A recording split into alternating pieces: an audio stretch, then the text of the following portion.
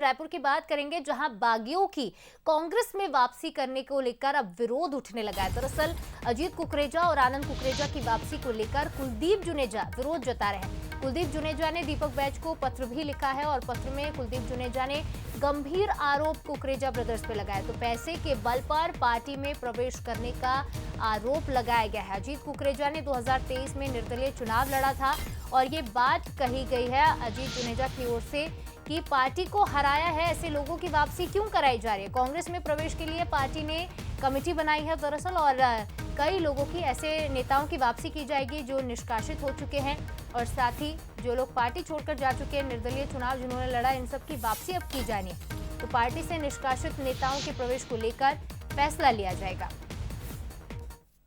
कांग्रेस ने ऐसे नेताओं के घर वापसी को लेकर कमेटी बनाई है जिन नेताओं को या तो कांग्रेस से निष्कासित कर दिया गया या कांग्रेस पार्टी छोड़कर चले गए हैं। ऐसे नेताओं को वापस लाने की कवायद कांग्रेस में की जा रही है, लेकिन विरोध के स्वर भी लगातार देखने को मिल रहे हैं। इस वक्त हमारे साथ कांग्रेस के पूर्व विधायक कुलदीप जुनेजा जी हमारे साथ मौजूद हैं। कांग्रेस प्रदेश अध्यक्ष से मुलाकात की है आपने,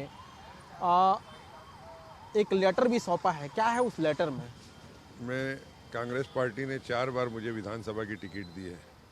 चारों बार ये दोनों पिता पुत्र मेरा विरोध किए, कांग्रेस के खिलाफ काम किए, पैसा बांटे शहर में, कांग्रेस के लिए माहौल ख़राब किए। इस बार निर्दलीय चुनाव लड़ा उनने, निर्दलीय चुनाव लड़ के पूरा शहर के अंदर माहौल कांग्रेस के खिलाफ काम कर गया। जब भी टिकट का टाइम आता है तो ये बोलते थे कि हम टिकट खरीद लेंगे, टिकट खरीद लेंगे। अब जब आती है प्रवेश के बाद पूरे शहर में ये बोल रहे हैं कि जब चाहेंगे हमको जो भी खर्चा करके हम वापस आ जाएंगे प्रवेश करें। तो पिता पुत्र की बात कर रहे हैं, कौन है पिता? ये आनंद कुकरेजा और अरिजीत कुकरेजा दोनों हमेशा चारों विधानसभा मेरे खिलाफ काम किए हैं।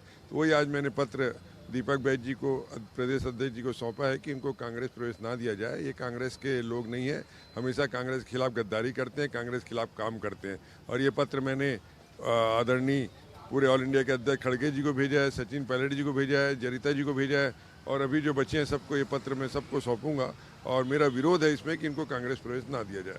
जुनेजा जी इस बात का जिक्र कर रहे हैं कि वो कहते हैं कि पैसे से टिकट खरीद लेंगे, वो कहते हैं कि पैसे से वापसी हो जाएगी। आप इतना बड़ा आरोप लगा रहे हैं, तो क्या मानते हैं कि पैसे से कांग्रेस में हो सकता? कांग्रेस में टिकट खरीद लेंगे बोले, पर खरीद नहीं पाए ना टिकट खरीद तो पाए नहीं। तो ये जांच भी होनी चाहिए कि ये ऐसा अगर बोलते हैं तो किसके दम पर बोलते हैं, कौन है जो इनको ऐसा बोलता है कि हम करा देंगे पैसे के दम पर। तो ये चीज़ की जांच होनी चाहिए।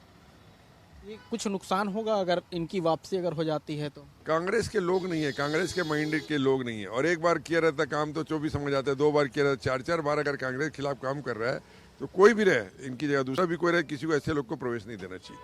बिल्कुल, कांग्रेस ने घर वापसी की कमेटी बनाई और कमेटी की बैठक भी नहीं हुई है, लेकिन विरोध के स्वर लगातार देखने को मिल रहे हैं। अब देखना होगा कि जिन नेताओं के विरोध हो रहे हैं वो पार्टी में वापसी कर पाते हैं कि नहीं कर पाते हैं। कैमरा पर्सन योगेश राव के साथ शिखर देवांगन, बंसल न्यूज, रायपुर।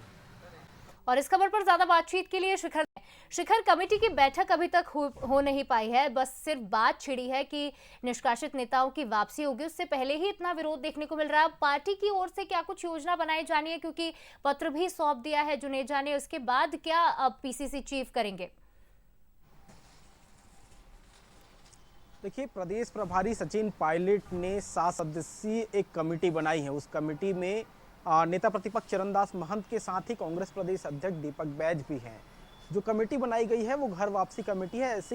ऐसे लोग जो कांग्रेस पार्टी छोड़कर जा चुके हैं या जिन्हें निष्कासित कर दिया गया है उनको वापसी कराने को लेकर कमेटी का निर्माण हुआ, और अब तक 40 से ज़्यादा आवेदन कांग्रेस पार्टी के पास पहुँच चुके हैं, जो कोशिश कर रहे हैं कि कैसे भी कांग्रेस में वापसी हो जाए।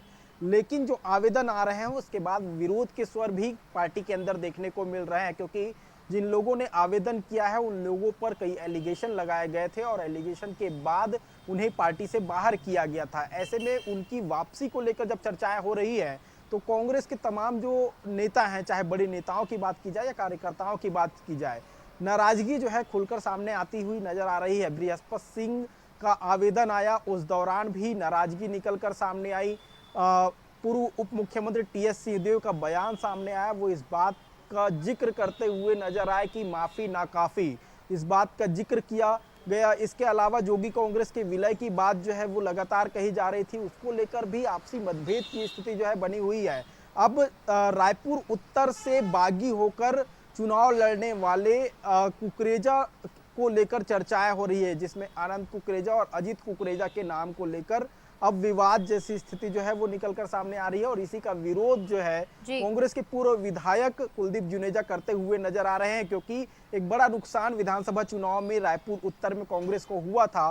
अजीत कुकरेजा जब निर्दलीय चुनाव लड़े थे उसके बाद एक बड़ा नुकसान हुआ था, इस बात का जिक्र वो करते हुए नजर आ रहे हैं। तो कुल मिलाकर देखा जाए तो फिलहाल वापसी को लेकर अभी तक कमेटी की एक बैठक भी नहीं हुई है, लेकिन विरोध के स्वर लगातार उठ रहे हैं। लेकिन सबसे बड़ा सवाल यही है कि जिन लोगों पर विरोध किया जा रहा है, जिन लोगों का विरोध किया जा रहा है, उनकी वापसी कैसे होगी, किस तरह से इसे संभव किया जाएगा, इस पर अभी भी सस्पेंस बरकरार है। जी निश्चित तौर पर पीसीसी चीफ दीपक बैज के सामने एक बड़ा चैलेंज खड़ा हुआ है, क्योंकि जब पार्टी के नेता ही विरोध कर रहे हैं, विरोध के सुर अब पार्टी की ओर से उठने लगेंगे, और ऐसे में मान मुनावल का दौर कैसे चलता है और किस तरह से निष्कासित नेताओं की वापसी करा पाते हैं पीसीसी चीफ, ये तो देखने वाली बात होगी। फिलहाल तमाम जानकारी के लिए आपका बहुत बहुत शुक्रिया शिखर।